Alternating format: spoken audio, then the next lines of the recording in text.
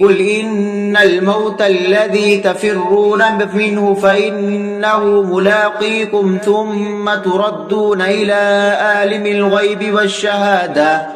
والشهادة فينبئكم بما كنتم تعملون يا أيها الذين آمنوا إذا نودي للصلاة من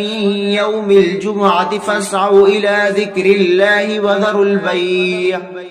ذلكم خير لكم إن كنتم تعلمون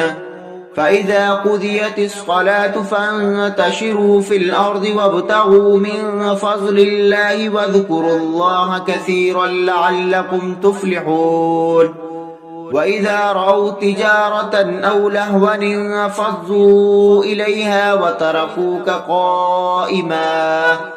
قل ما عند الله خير من اللهو ومن التجارة والله خير الرازقين